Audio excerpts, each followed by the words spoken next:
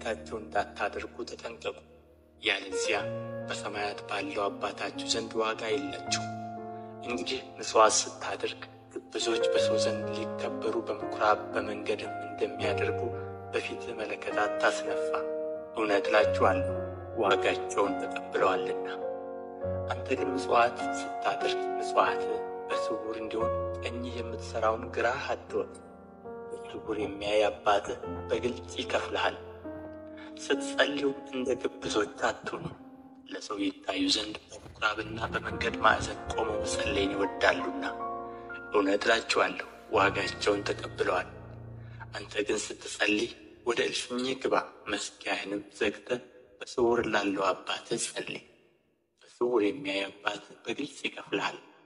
አሕዛብም በመናገራቸው ብዛት እንዲሰሙ ይመስላችኋልና ስትጸልዩ እንደ እነርሱ በከንቱ አትድገሙ። ስለዚህ አትምሰሏቸው፣ ሳትለምኑት አባታችሁ የሚያስፈልጋችሁን ያውቃልና። እንግዲህ እናንተስ እንዲህ ጸልዩ። በሰማያት የምትኖር አባታችን ሆይ ስምህ ይቀደስ፣ መንግሥትህ ትምጣ፣ ፈቃድህ በሰማይ እንደሆነች እንዲሁ በምድር ትሁን። የዕለት እንጀራችንን ዛሬ ስጠን፣ እኛም ደግሞ የበደሉንን ይቅር እንደምንል በደላችንን ይቅር በለን፣ ከክፉም አድነን እንጂ ወደ ፈተና አታግባን። መንግሥት ያንተ ናትና ኃይልም ክብርም ለዘላለም አሜን። ለሰዎች ኃጢአታቸውን ይቅር ብትሉ የሰማዩ አባታችሁ እናንተን ደግሞ ይቅር ይላችኋልና። ለሰዎች ግን ኃጢአታቸውን ይቅር ባትሉ አባታችሁም ኃጢአታችሁን ይቅር አይላችሁም። ስትጦሙም እንደ ግብዞች አትጠውልጉ፣ ለሰዎች እንደ ጦመኛ ሊታዩ ፊታቸውን ያጠፋሉና። እውነት እላችኋለሁ ዋጋቸውን ተቀብለዋል። አንተ ግን ስትጦም በስውር ላለው አባትህ እንጂ እንደ ጦመኛ ለሰዎች እንዳትታይ ራስህን ተቀባ፣ ፊትህንም ታጠብ። በስውር የሚያይ አባትህ በግልጽ ይከፍልሃል። ብልና ዝገት በሚያጠፉት ሌቦችም ቆፍረው በሚሰርቁት ዘንድ ለእናንተ በምድር ላይ መዝገብ አትሰብስብ። ነገር ግን ብልም ዝገትም በማያጠፉት ሌቦችም ቆፍረው በማይሰርቁት ዘንድ ለእናንተ በሰማይ መዝገብ ሰብስቡ። መዝገብህ ባለበት ልብህ ደግሞ በዚያ ይሆናልና። የሰውነት መብራት ዓይን ናት። ዓይንህ እንግዲህ ጤናማ ብትሆን ሰውነትህ ሁሉ ብሩህ ይሆናል። ዓይንህ ግን ታማሚ ብትሆን ሰውነትህ ሁሉ የጨለመ ይሆናል። እንግዲህ በአንተ ያለው ብርሃን ጨለማ ከሆነ ጨለማውስ እንዴት ይበረታ?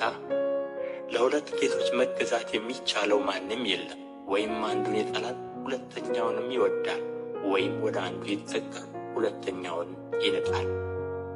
ለእግዚአብሔርና ለገንዘብ መገዛት አትችሉም።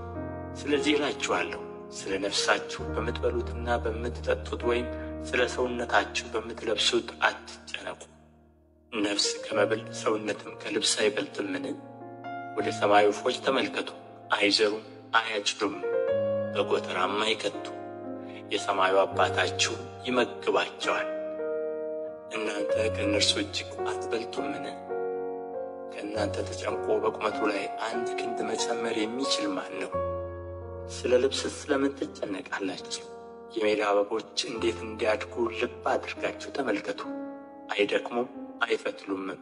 ነገር ግን እላችኋለሁ ሰሎሞንም እንኳ በክብሩ ሁሉ ከእነዚህ እንዳንዱ አልለበሰም። እግዚአብሔር ግን ዛሬ ያለውን ነገም ወደ እቶን የሚጣለውን የሜዳን ሣር እንዲህ የሚያለብሰው ከሆነ እናንተ እምነት የጎደላችሁ እናንተንማ ይልቁን እንዴት!